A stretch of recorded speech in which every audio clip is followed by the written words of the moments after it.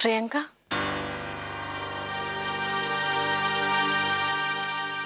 जरा यहाँ आना, तुमसे कुछ बात करनी है। अब लीजिए, मैं आ गया। आखिरकार इनके मायके वालों ने मुझे इनकी देखभाल के लिए तो भेजा है। सुशांत जी, आपने शायद ठीक से सुना नहीं। माँ ने कहा उन्हें उनकी बेटी प्रियंका से बात करनी है और घर की बातें घर वालों के सामने ही करनी चाहिए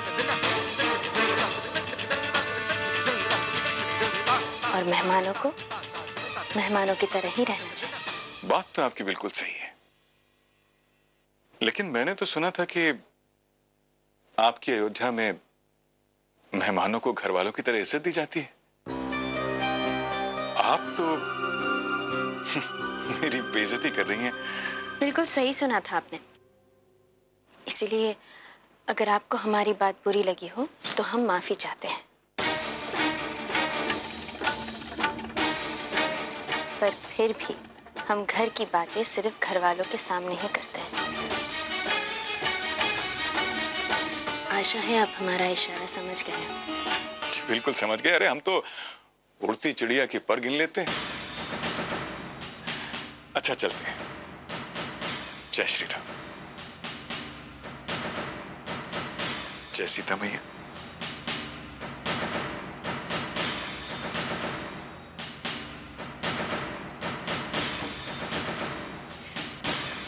आभा, तुम्हें ऐसा नहीं कहना चाहिए था। सुशांत मेरे मेहमान है और मेरे मायके से आए हैं। तुम्हें कोई हक नहीं बनता उनसे इस तरह बात करने का।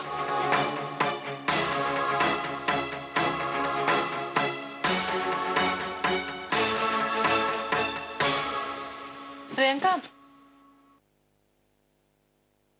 कुछ भी करके हमें प्रियंका भाभी के सामने सुशांत की सच्चाई लानी होगी। चंद्रप्रभा, आज हमने पहली बार अपने ही बनाए उसूल तोड़ दिए। आप जानती हैं चंद्रप्रभा, हम अपनी बेटी के ससुराल में रहने के लिए क्यों राजी हो गए? क्योंकि आज हमारे बच्चों को हमारी जरूरत है चंद्रप्रभा। हम आज ठाकुर उदय प्रताप सिंह बनकर नहीं, बल्कि सिर्फ उदय प्रताप सिंह बनकर सोच रहे हैं। क्योंकि हम एक पिता भी हैं और एक ससुर भी हैं। चंद्रप्रभा, हम चाहते हैं कि आप हमें शक्ति दें ताकि हम अपने बच्चों की शक्ति बन सके। हाँ। पिताजी, आपके पाँव में सूजन हो गई है ना? लीजिए, नमक के पानी से पाँव सेक लीजिए। शुक्रिया बेटा, हम बस थोड़ी देर में सेक लेंगे। पिताजी, मैंने कहा अभी मतलब अभी।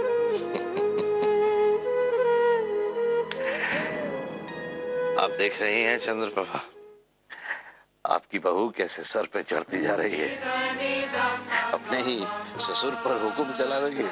हाँ?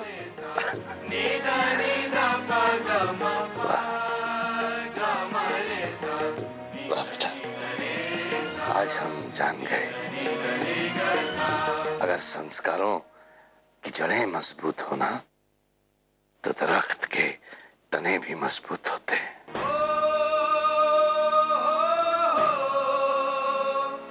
हम जानते हैं कनिका, प्रकाश के जाने के बाद तुम बहुत तन्हा हो गई, मगर फिर भी तुम एक बहू का फर्ज बहुत अच्छे से निभा रही हो। लेकिन अब कनिका, अब तुम्हें एक बेटी की जिम्मेदारी भी निभानी है, क्योंकि तुम्हारे परिवार को इस वक्त एक बेटी की जरूरत है। और हमें यह यकीन कि एक बेटी का फर्ज भी तुम बखूबी निभाओ, क्योंकि तुम्हें हमें अब ये साबित करना है कि बेटियां भी बेटों से कम नहीं होती।